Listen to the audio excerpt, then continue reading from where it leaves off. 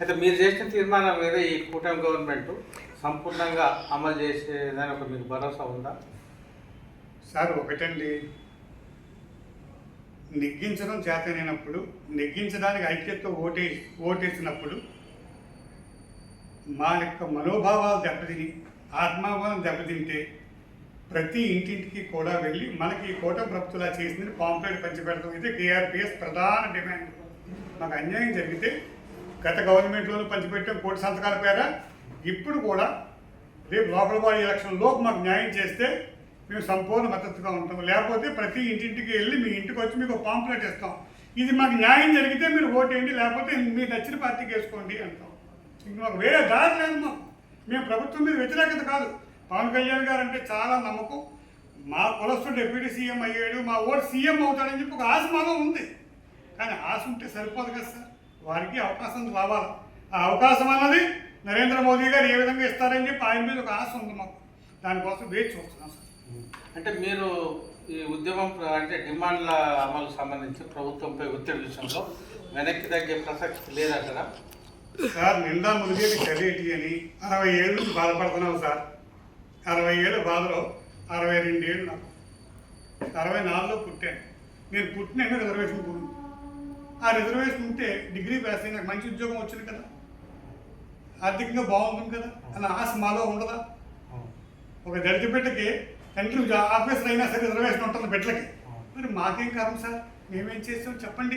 మా బాధ ఏమిటిది? ప్రభుత్వం అలాగే మాకు శత్రువు చౌదరి గారు రెడ్డి గారు కాదు సార్. మాకు శత్రువు మా కమ్యూనిటీలో ఎదిగిన రాజకీయ నాయకులే మాకు శత్రువు, మాకు బయట వాళ్ళు కాదు. వాళ్ళు నిజంగా చిత్తశుద్ధి ఉంటే ముఖ్యమంత్రితో మాట్లాడి డిమాండ్ చేసి మాకు చేతులేమో. మాకు శత్రువులు మా జాతి వాళ్ళే, మాకు చౌదరి శత్రువులు కాదు, మాకు రెడ్డి శత్రువులు కాదు. అంటే ఆంధ్రప్రదేశ్లో సమీప భవిష్యత్తులో కేఆర్పిఎస్ని ఒక బలమైన శక్తిగా ఊహించుకోవచ్చు.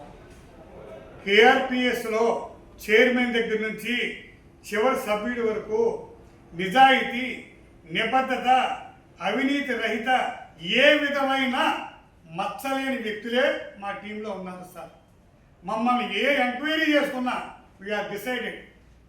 మేము మా నిజాయితీగా మా హక్కుల కోసం పోరాడుతున్నాం తప్ప ఏ బ్రోకరేజ్ చేయటానికి కానీ, ఏ ల్యాండ్ కబ్జా చేయటానికి కానీ, ఏ తప్పుడు పనులు చేయటానికి కానీ రుజువు చేసి చూపిస్తే మీరు ఏ శిక్ష కన్నా మేము సిద్ధం సార్. రెండు తెలుగు రాష్ట్రాల్లో ఇప్పుడు ఒక విధంగా రాజకీయ ప్రకంపనలు, అటు తమిళనాడు రాజకీయాలు కావచ్చు, ఈ పరిణామాల నేపథ్యంలో ఒక ముఖ్యంగా బలీయమైన శక్తిగా సామాజిక వర్గానికి ఉన్న కాపులకు సంబంధించి, గొంతెత్తున్న కేఆర్పిఎస్ సంబంధించి భవిష్యత్తులో ప్రభుత్వ కుట్రలు కావచ్చు, గిట్టని వారి సామాజిక కుట్రలు ఉంటే మీరు ఫేస్ చేయగలరు? దేనికన్నా సిద్ధం సార్. అలాగే మా రాయలసీమ బలిజలకి, రాయలసీమలో ఈ కాపు కార్పొరేషన్ వల్ల ఈ కాపు అన్న సర్టిఫికేట్ రెడ్యూల్ సర్టిఫికేట్లో కాపు అని ఉంటుంది సార్. ఈ యొక్క కాపు కార్పొరేషన్ నిధులు లాస్ట్ గవర్నమెంట్ 2014-19లో ఇప్పుడు కూడా రాయలసీమ రెడ్లు మమ్మల్ని దోచేస్తున్నారు. ముఖ్యమంత్రి చంద్రబాబు నాయుడు గారు రాయలసీమ వరకు రాయలసీమ బలిజన జీవో కూడా మార్చారు. వారి మమ్మల్ని ఏం చేసినా, ఈవెన్ జైల్లో పెట్టినా, ఊరేసేసినా జాతి కోసం పోవటం మీరు సిద్ధం సార్. మేము రాజకీయం అంటే ఇప్పుడున్న పరిణామాల్లో అంటే మొన్నటి వరకు ప్రతిపక్షంలో ఉన్నప్పుడు మన డిమాండ్లు అమలు కాలేదని ఒక బాధ, అధికారంలోకి వచ్చిన తర్వాత పోరాటం లేకుంటే సమస్యల పరిష్కారం అవుతుంది ఒక తృప్తిగా ఉండేది. అవన్నీ మళ్ళీ సీన్ రిపీట్ అయినట్టుగా మళ్ళీ పోరాటం మొదలు పెడుతున్నారు. ఈ సందర్భంగా మీరు ఓవరాల్గా ఆంధ్రప్రదేశ్లో ఉన్న తెలగ, కాపు, బలిజ, ఒంటరి సామాజిక వర్గానికి బహిరంగంగా ఏమి అప్పీల్ చేయదలుచుకున్నారు? నా జాతి బలిజ, తెలగ, ఒంటరి, కాపు సోదరులారా, మనకి హామీ ఇచ్చిన మట్టుకు మనం అడుగుతున్నాం తప్ప అత్యాశగా ఏ విధమైనది అడుగుతలేదు.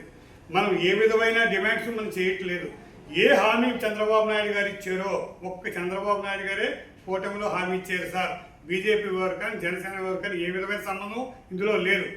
వారు చేస్తారని ఆశిస్తున్నాం.